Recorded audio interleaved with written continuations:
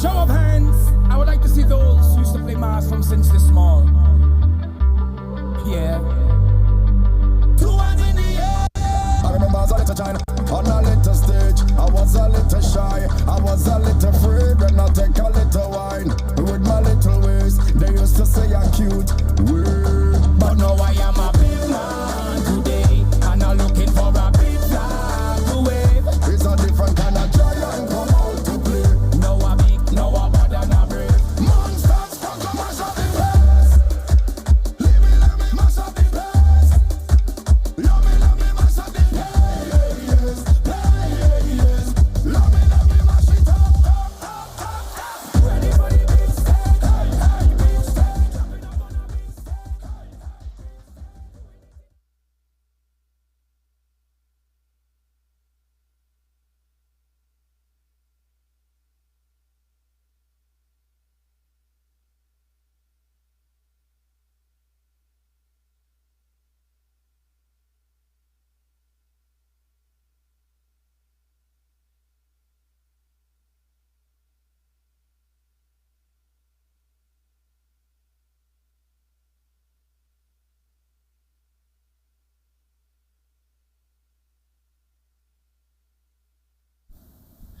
Good afternoon, everyone, and welcome back. Thank you for joining us yet again as we continue the Unlocked series, which is a series of conversations with creatives who are killing it in their respective fields globally.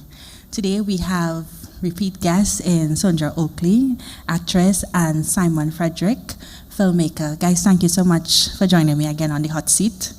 Thank you for having us. Thanks for being here. We're almost at the end of the inaugural Creative Economy Power Arts Convention here in St. Kitts. Can you share with me what the experience has been like for you all so far? Well, personally, it's been very enlightening and enriching and satisfying seeing not just my fellow facilitators and learning from them myself, but just seeing the participants and seeing the light bulbs kind of going off in the minds and heads. That's very fulfilling, and you can tell even in some of the feedback that how much they appreciate what they have been gaining this week. And I think the ministry and the government should just feel so proud that they have put something like this together and set the ball in motion. Thanks, Sundra. What about you, Simon? Yeah, for me, I think it's really been. I like coming to these kind of conventions because I think that when we come in as facilitators, people think that we're just coming in, we spend some time, we pass on our knowledge, and then we leave.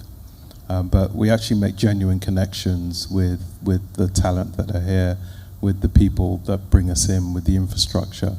And, you know, the point of us being here is to actually add to that infrastructure and help the talent on the ground to be able to have a pathway outside of the island, okay, that they can connect to the global industry as well. I think that's really important. But also for the government here to actually understand that we understand the infrastructures that they want to put in place, and we can actually help facilitate that too. So I think that, you know, as well as that, from the business point of view, you always come to these things and make lifelong friendships as well. Yeah. Okay, awesome.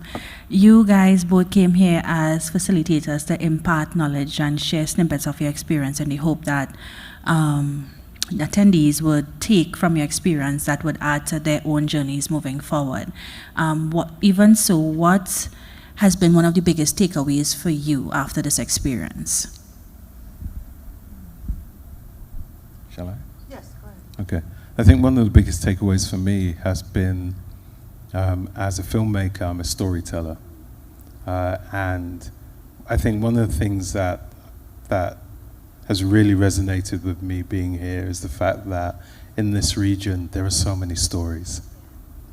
As a Caribbean peoples, we are rich in stories, yeah, and it's time we stopped keeping our stories as our cultural secrets, yeah? Because our elders are dying, and those stories are dying with them, yeah?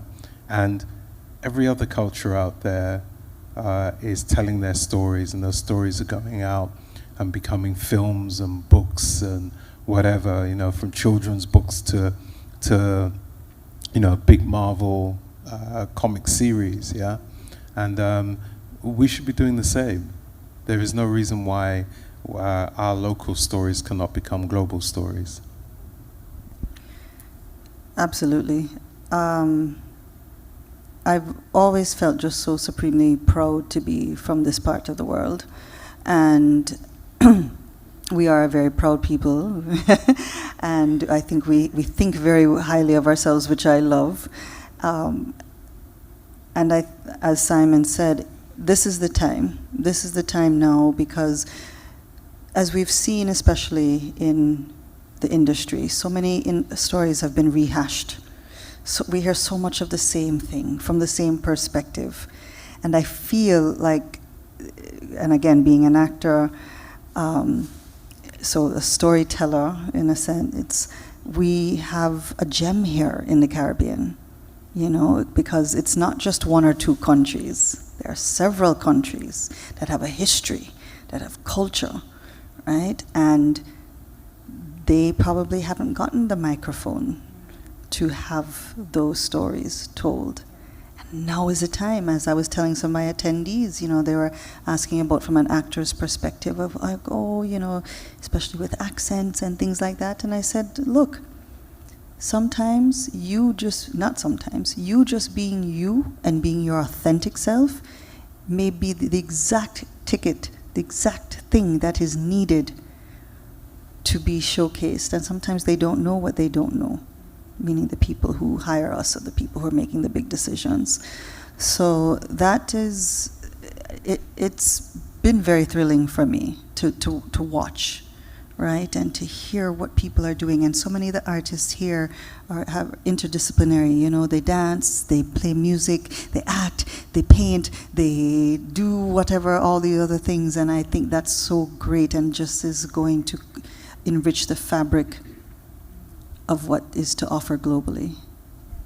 Just to respond a little bit to what you guys mentioned about us telling our stories and taking our stories beyond the Caribbean. Some might argue that a lot of our stories aren't given the attention or the respect that it deserves unless it's told by people who aren't necessarily from where we're from or who look like us. What are your thoughts on this? That's why I exist. Yeah. There's no one going to tell my story or story of black people more or better than black people. You know, our stories are rich in nuance. Yeah. So you may come in and be able to tell a story, but you'll be able to tell the story. I call it the Formica level. Yeah, that's the old surface they used to put on kitchen cabinets. Yeah. When they used to just stick it on the top, right? But underneath that, there was nothing, right? And a lot of the stories are like that. They're Formica level, yeah? If you want to tell really rich, deep vein stories, yeah, about children of the soil, then you have to put your hands in the roots, yeah? And so, for me, there are so many talented storytellers now that it's no longer, back in the day, yes, you could get away with that because there weren't many of us who were in the industry. There wasn't many people going through film schools. There wasn't many people who even had the finances to have access to a camera, yeah? But nowadays, it's like kids are making films on iPhones, right? Or any other brand of phone.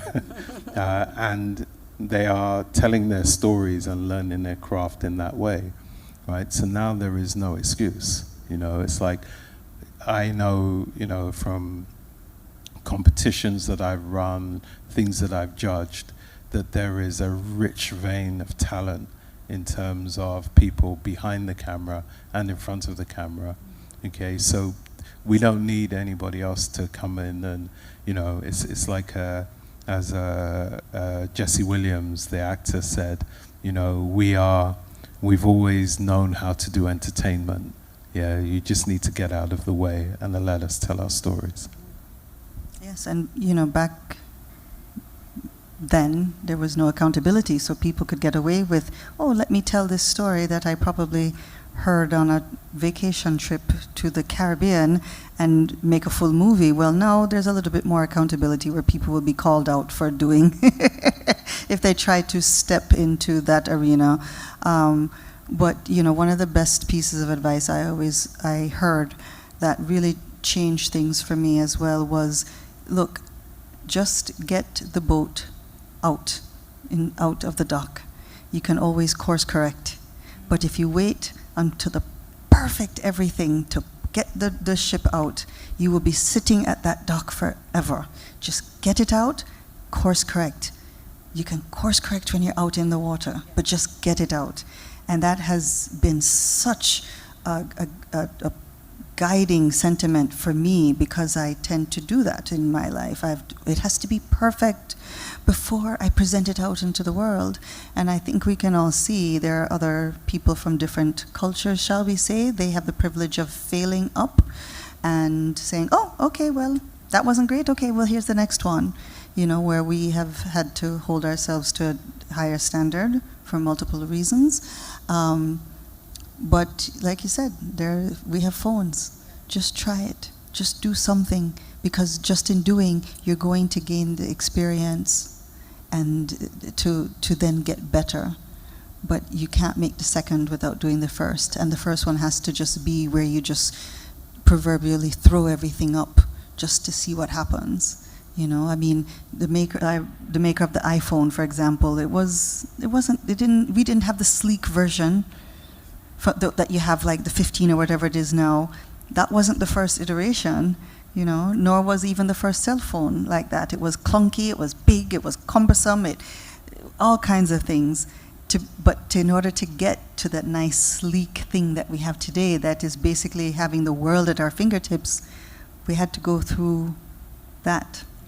So don't seek perfection, seek continuing education and striving to do the best that you can do. I'm not saying to settle for mediocrity, but don't let it paralyze you. Just do it, because it's art, and you're going to learn, and that's what we do with art. We learn from it. Profound for sure. And it reminds me of something that Simon has said to me probably twice at least since we met last couple of days. Don't stand in your own way. I mean, a lot of times, and this is me speaking from personal experience here, it's a lot easier said than done. But there are so many elements already against us as Black people, as people from the Caribbean. Yes, I think it's imperative that we learn to get out of our own way. Adding to that, though, we also need to take into consideration, just to respond a little bit to what you just said, Sundra. I think a lot of creatives, especially in this part of the world, while we might want to take the leap and take the chance and put out something that we deem as less than perfect, because of the perpetuation of cancel culture and also social media, like nothing is hidden, and anything that hits the internet and gets out there is forever. So I guess there's this constant fear that this is what you're going to always be identified by. Yeah, that's a bit of a conundrum, right? Because while social media and the digital age has allowed us access to people, places, opportunities that we probably wouldn't have had before, it also makes us incredibly susceptible and vulnerable to the negative side, right? Unfortunately, there's always that in life, the opposites. And it's the struggle. It's the struggle of being a human. It's the struggle of being an artist, because how do you filter out the noise? How do you filter out the opinions of people who are nameless, faceless people behind accounts that all you see are pictures of their cats, that want to go and talk about something when you've put your heart out there? So it's I'm not saying it's easy, not at all. It's a balance. It's a bit of a struggle, for lack of a better term, but that's what we have to do, and surround yourself with community and like-minded people, and fortify yourself, whether it's positive affirmations that you see online. You really have to do that kind of work. I mean, I find it, as long as I've been in this business, I have to do that too. I have to find, I see a daily quote that's something positive, and I'm like, I needed this. I needed this share on my stories, you know? So and I think the comfort we can perhaps take in that is that it's never going to be a destination. It's always going to be that journey. So it's like, okay, we're always all going to go through that. All right. And then you realize we're all in the same ship. Okay, thanks so much for that, Sundra. Simon, earlier in our discourse, you mentioned that everybody has like phones. We have access. Everybody has more access now to resources to pursue certain projects. How do you think we could go about interesting more young people or relative newcomers to your industry to use these resources that they now have at their disposal to do more of the impactful work, kind of like what you do? Well, people are already using those assets to do that, well, to create anyway. Yeah, I think doing the work that I do, that's another matter, right? It's you have rappers still using the N-word, yeah. You know, you have people making all kind of content that they want to make. You've got, young girls who are sitting in classrooms who are saying that, they want to be, the girl, the girl in the music video, yeah. And that's become an aspiration for people, right? How we change that? I don't know. That's a question that's far too big for me. Yeah. All I know is that I will continue to make films in terms of feature films or documentaries that, that at their core is about highlighting our humanity and our brilliance. Yeah. And hopefully somewhere along the line, people that don't feel like we have humanity and brilliance will see those films and be inspired by them, and hopefully that will help them to change their perspectives on how they view themselves and how they then portray themselves in the world. Okay, as creatives who are from the Caribbean, who have Caribbean roots, you guys should be at least fairly aware of how difficult it is for creatives and their pursuits to be given the respect that it deserves. Are you satisfied that we are making strides in the right direction towards addressing that? Are you satisfied where we are? I don't think I could say ever satisfied, because I know the potential and it could be so much more. However, that being said, the fact that the steps are being taken have to be applauded and acknowledged. So it's a matter of now, okay, you've taken the step. What is step 2? What do you do from here? Because it's not okay for me to just do one and done. Yeah. You have to make an investment. Again, I use the plant analogy. You plant the seed. You put it in the soil. You don't see anything for God knows how long. But what do you continue to do? Water it. Make sure it's by the sun, getting the nourishment that it needs. Making sure that there's no mites or anything around there. And then one day you see a little sprout. Okay, you don't ignore it then. You still continue to nurture it, because it's still vulnerable, and it needs to have that care, right? And that guidance. And then even when it becomes something bigger, so it's a never-ending support, because also there's going to be other seeds that are planted after that one that are coming up. So am I satisfied? No. I think we should have so much more of a voice than we do. However, that being said, it has started. All right, so it's up to the people who have the power to help make that happen, and then individually within the homes, changing the dialogue, changing the way we think and we look, which may take longer, of how we think and look at for example, a career in the arts, but making sure that we're being mindful of the words that we use for such a career as this in the arts. And so that especially young people, young or young at heart, feel supported. Because when you have that, it makes a huge difference. I made a film with YouTube Originals called The Outsiders, which is free, all 6 parts on YouTube. Yeah, and that film was made aimed at Gen Zs, young Gen Zs, because there's a lot that's written about Gen Zs, you know, cancel culture, etc. But at the same time, there's a lot not written about their innovation, right? You know, we grew up in generations where it was like, you have to be a doctor, a lawyer, a teacher, whatever else, you know, with those professions, yeah? Because that's all our parents knew. You went to school and you got a good job, yeah? And you got a good job because getting a good job meant that you would be safe, yeah? But those times have changed. Those jobs are still available to you, but now there are other jobs too, yeah? There are now jobs and there are careers, yeah? And those careers, I mean, I've seen kids who turn around and said in a classroom, you know, I want to be, the teacher says, so what do you want to do? So I want to be a YouTube entrepreneur. And the teacher goes, you'll never be anything. And then at 21, and I can tell you who they are, and I can tell you who their sites are, they are now multi-millionaires, right, from the revenues that they have earned from YouTube. Multi-millionaires, not just a millionaire, multi-millionaires, right? And they put the work in. It's hard work. It's like they're working 18-hour days, yeah, creating content. So it's not easy, right? But the thing is that now I think it's incumbent on parents, okay, to understand that there is what is available to our children today is not what was available to you back then.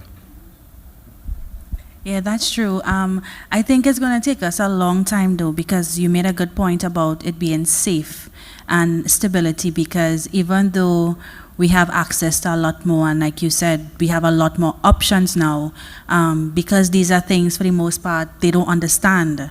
So you mentioned to a parent of a certain age or within a certain wage bracket that, yeah, I want to be a social media, a YouTuber. How you getting paid from that? You have to help me understand how you, and even if you explain till you're blue in the face, a lot of times they just don't get it. So when you say as a child, or you're forced to say or believe as a child that for you to get a certain level of respect, or for you to get your family up another level from where the one you were born into, you have to pursue these quote-unquote respectable jobs like lawyers, teachers, doctors, and things like that. So some people say they don't have the option of taking chances or risking failing at pursuits like that. So I guess, like you said, it's a conundrum. Sorry to interrupt, but I just want to make a point, because why are we here today? Yeah, we're here at the Creative Power, Creative Conference here in St. Kitts, a conference which has been put on by the government of St. Kitts. Okay, so you said, how do we change things? Well, we change things through government. Yeah, government has said we are going to mandate that the creative industries become part and parcel of our economic future. Okay, so it's incumbent then on government to create the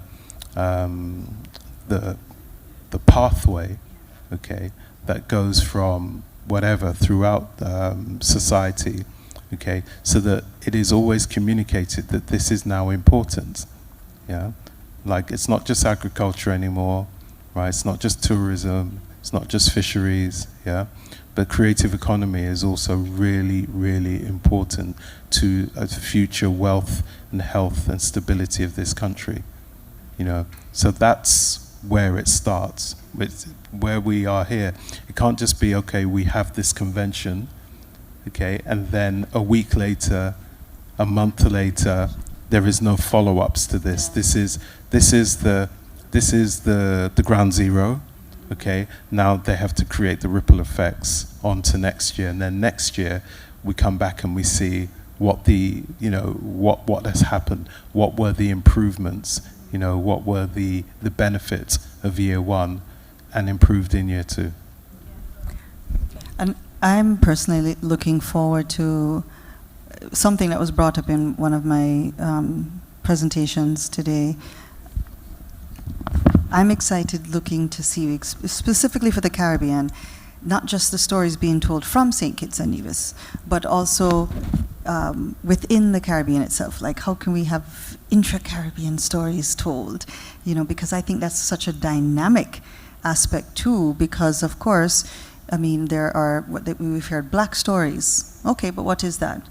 Is that African? Is that African American? Is that black in the UK? Is that, what is that? Is that, oh, and then of course you'll say, oh, you mean Jamaican? Well, no, Jamaica is not the only country in the Caribbean, you know, but guess what? We're not all alike either.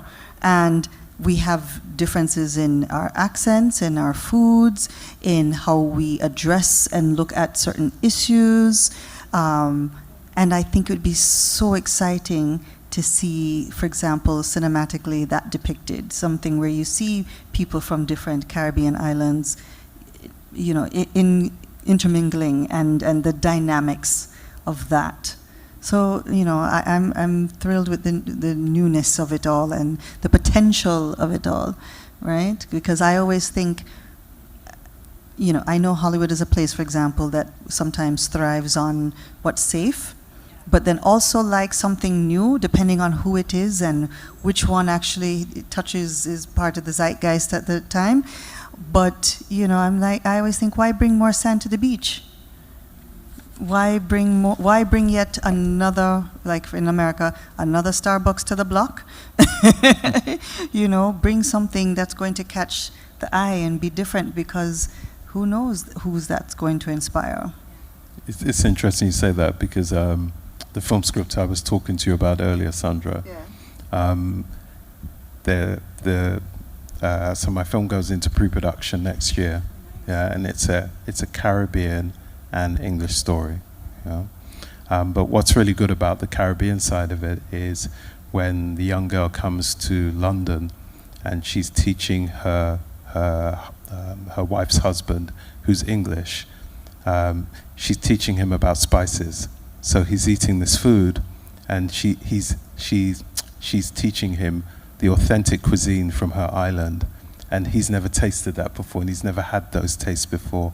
So it's a cultural moment that we can actually, that's what I was talking about, nuance in filmmaking.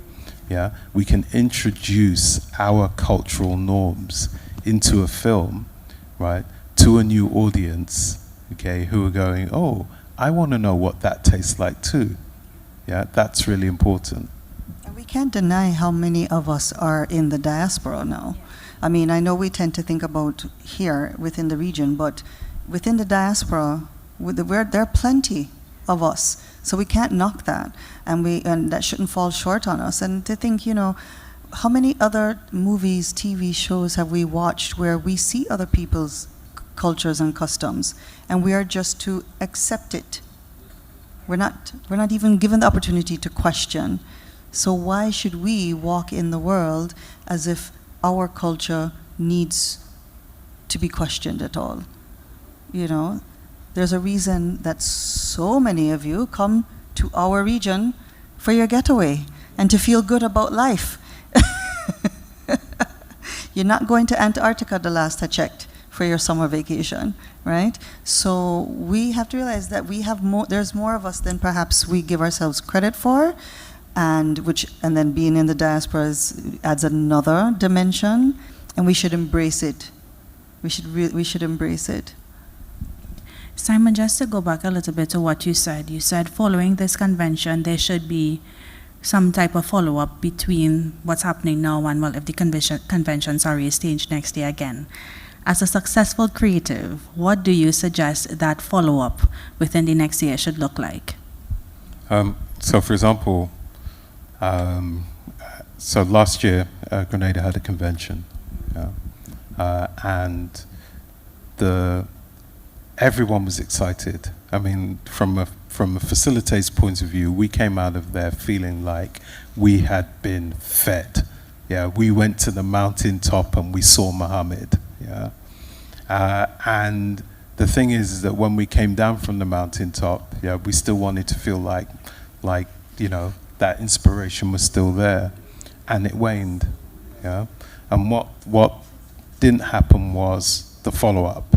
Okay, so the strategy was to have a creative arts convention, but there was no strategy for the follow-up to what happened to that convention afterwards. Yeah, for the people on the ground and the people who came. Yeah, so what needs to happen is that there needs to be a strategic pathway where we have the convention. Okay, now we need to maybe do an audit of who is the talent on the island. Okay, what type of talent do we have? From elite talent to underground talent and people just coming up, emerging talent. And then basically work out from that. Okay, what as a government, what do we need to do? Do we need to set up a trade body for the creative arts? Yeah, where, for example, photographers, okay, have a rate card of what they can charge for different jobs. Yeah, so that you have to be able to work. You have to be a member of that association. Yeah, so that you can't undercut. Yeah, people. Yeah. So all of these things need to be put in place so that you can actually build a creative economy. Yeah. So this is the catalyst, but there needs to be a strategy in place for year 2, coming up to year 2, so that you can actually benchmark that to see the progress that has happened. Care to add to that, Sundra? Sure. I was thinking, I don't know what it's like in the educational system here in terms of arts, but I would hope that there's more fortification of those programs within the school from primary through high school. So it doesn't just stop when it's primary and it's cutesy, but because usually by the time you're reaching high school age is when the bug bites, of like, oh, maybe I'd like to be an actor, maybe I'd like to be a dancer, and therefore let there be something that doesn't require after school as much or a paid program, but if it's within the schools where they can be electives and given as much respect and importance as some of the other subjects, because now we're showing by having this wonderful week-long conference, that where so much time and energy was put in and resources were put into, you're basically saying to the people, this is important. So in order for it to be important, the most important thing I think is with the children and making sure that they have avenues. And for those who are older, I couldn't sit here and say for sure what would be the best way, but look at last night. There was a beautiful talent show, right? And it was so exciting to be able to see some of the local talent. Does it mean more of those types of things? Do we, are more people brought in just to have workshops and to do other things? I don't know the answer, but it has to be something that is pretty systematic and continuous, so it doesn't feel like it's a one and then you have to wait a year, because that's how you build to make the next one better. Yeah, I'm going to make a suggestion, right, to, if I may, be so facetious as to make a suggestion to the government of St. Kitts and Nevis, and that is set up a scholarship fund for high school children, right, to give them a pathway to go and study what they're going to study at the top creative colleges around the world, or colleges, universities. Yeah, so create a pathway where your country is connected to certain universities, okay, and you can give certain people a scholarship. You can start with one, yeah. It becomes an inspirational thing, and it becomes something that people can aspire to, that they know that if they're good enough, if they win that competition, yeah, they're going to win a scholarship to go and study at, the London School of Arts or Parsons or wherever, or the Sorbonne in Paris, yeah. and all their tuition is going to be paid for, and they can come back to this country and put, yeah. I love that. Yeah, me too. I hope you guys are listening. I think that's a really, really great idea. Starting with one. Yeah. Just let's start at one. And I'm giving you that one for free. Thank you. That kind of brings me to my next question. Do you think there's a link between creative arts and culture? Do you think there should be a link if one doesn't exist? Oh, I absolutely think there's a link. I think the arts is what helps to shape and shift culture, without a doubt. I mean, from music to fashion, you cannot really separate culture and shifts in culture from arts and the creative arts. They're inextricably linked, you know? So yeah, that's why, I told my attendees this morning, I said, hold your head up high as a creative, and especially as a creative, as a professional creative, because we are not just a supplement to the economy, to culture, to the world. We are an equal force at the table. We need the scientists, we need the people who help with all the other aspects, absolutely, education, you name it. But there's a reason that the arts have never died. No matter what culture you're in, whether it's the most basic stage in the world, and I think about, reading about, in theater history, about the courts and where they performed in stages in Greece with these amphitheaters, or it's some garden field in whatever other culture there is, just in gardens or in the backyard. There's a reason that they stay. There's a reason that they've lasted, and people continue to do it.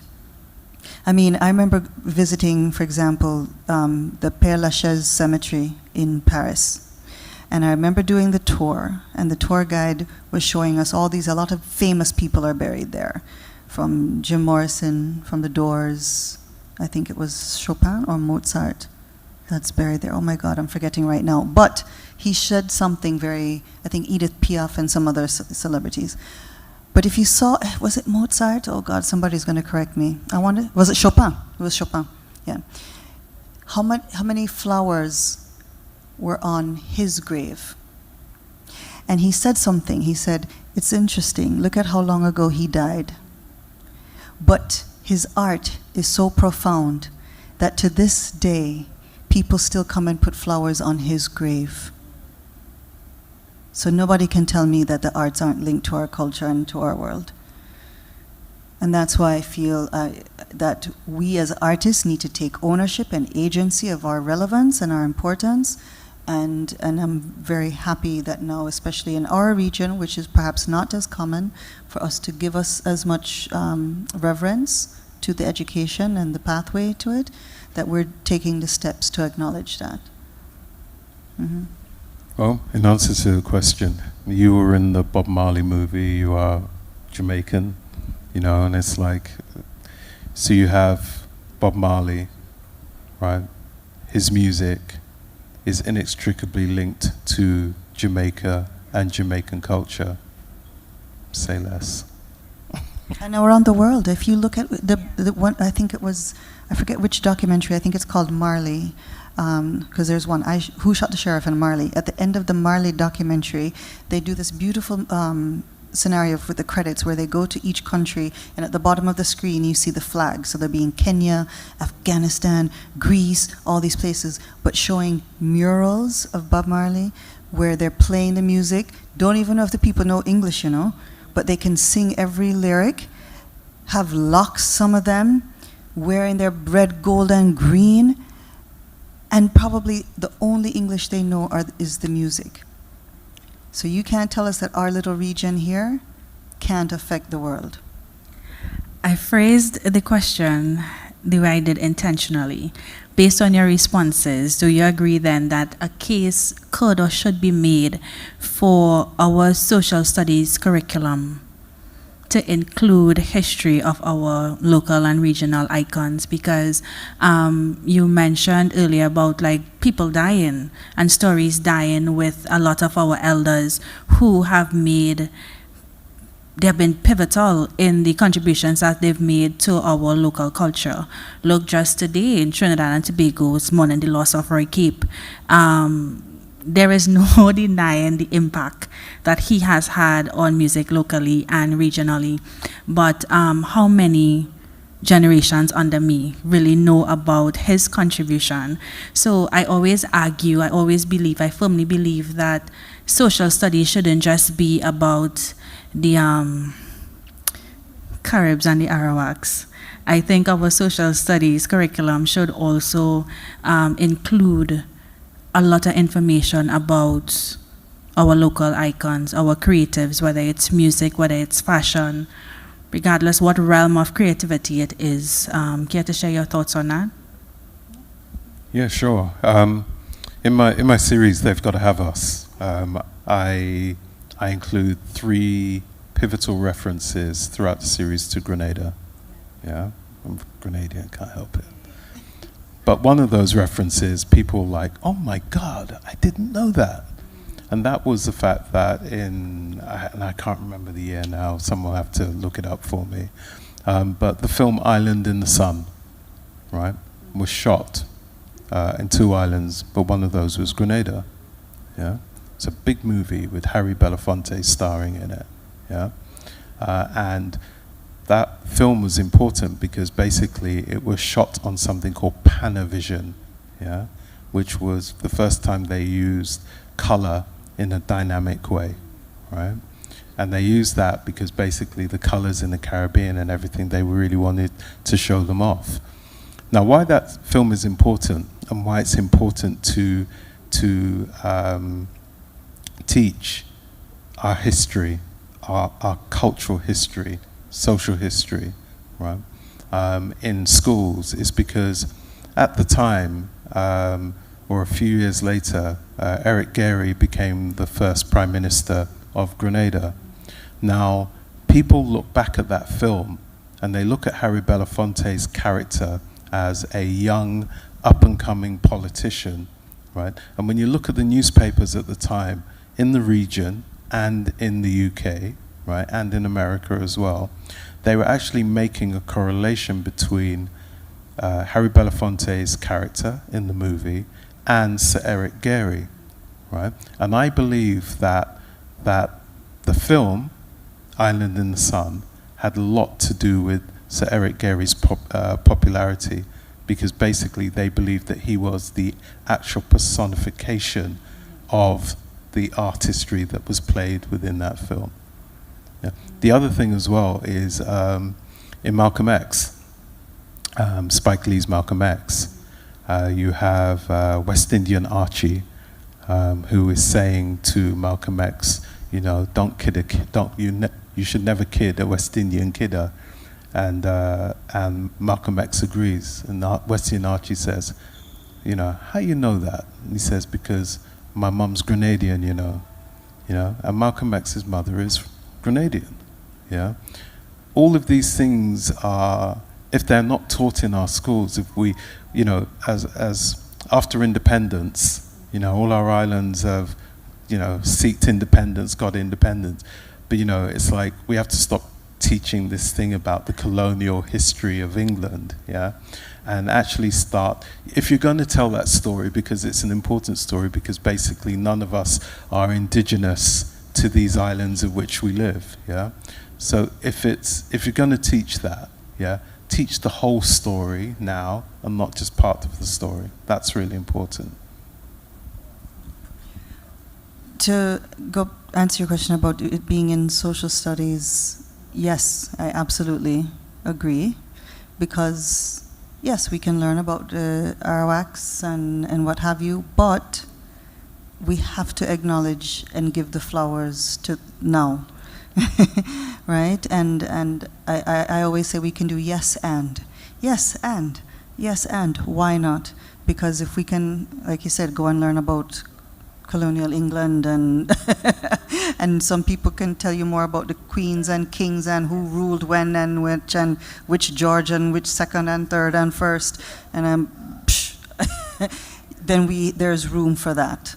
There's absolutely and actually room for our more current icons and people of note. Awesome, yeah, and I think it would help with succession planning as well, because if we start to introduce the younger generations to this part of their history as early as possible, it helps to instill a sense of cultural pride as well, and then it also helps to inspire, because you can think, hey, this person looks like me, this person is where I'm from, and this is what this person was able to accomplish. Maybe I could use this as a source of inspiration to even go beyond what that person was able to accomplish. So yeah, I'm always a huge advocate for that. As we prepare to wrap, go ahead. I would say it's greatly important now, because I don't know if other people feel this throughout the Caribbean, but you know, when you think of the influence now, especially with our younger children, especially coming from America, and how, like, I listen sometimes to some children in Jamaica, and I'm like, whoa, I feel like I'm hearing American children, and I'm sure that's not unique to Jamaica. So it's, to me, even more important that we give our people and our stories a very solid, bona fide platform to learn about our people, because the influences that are coming in are so strong and so rapid that it's going to be, and you see how easy it is for social media to influence things, that we have to have a very fortified backwind, let's say, to make sure that we're not lost in the wind of the importation of other cultures. I mean, our supermarkets, I go in the supermarket in Jamaica, and I remember when I couldn't find one Yankee product. Now I have to search hard to find some of the Jamaican products that I normally wouldn't have found. So it happens right under your nose, and sometimes it's not as fast as we think, but if we're not, by the time you recognize it, it is so heavily entrenched that to fight against it takes a lot of effort. So, yeah. You said something that really resonated, and it's like, I just want to kind of communicate this thought really succinctly. You know, I said earlier on that none of us are indigenous to these islands, yeah? You know, like the breadfruit, we were brought in, yeah? But like you said, we either know the story of English colonialism, or we're told the story of the Arawaks, yeah? In those stories, okay, there's a missing story. We are left out of the story. We are left out of our own story. So the case is this: when are we now going to include ourselves in our own stories? That's it. And not wait for anybody else to validate that they're worthy to be told. Because I think we tend to do that sometimes as Caribbean people. We wait for validation from outside sources to say this is fill in the blank. And not wait for permission either. No longer waiting for permission. That is a huge thing. I mean, I've had to learn to decondition, uncondition myself from that as well. So I think now is the time, because others do it unabashedly and they are not thinking twice about what our thoughts are. It's just, oh, this is us, right? So I think we have such a dynamic range of people in this region. Look at between the languages that we speak. I mean, we're such a relatively, if you look on a globe, a small section, but the dynamism. I need more coffee. And I didn't want to bring up my coffee because last discussion I had coffee and I don't want to be known as that person. But, you know, we don't need to wait for permission. Okay, that's great. I think we're almost out of time. Before we wrap though, any final words, any final tidbits of wisdom that you want to leave our creatives with? Not all of it. You have a lot of it yourself. I think that as we spoke the other day, the wisdom is twofold, right? Don't don't get in your own way. Yeah. You know, that voice inside of your head telling you that you shouldn't, that you can't, and that you're not worthy. It doesn't really know anything. It belongs to you. Yeah. Push through that. And the other thing is that, you know, I did a class where I showed, you know, the trajectory of my career, right? I didn't ask for permission to come into this career and to make the things that I wanted to make. I decided that I wanted to make them, and I went about, like any good craftsman, I went about making my craft, yeah?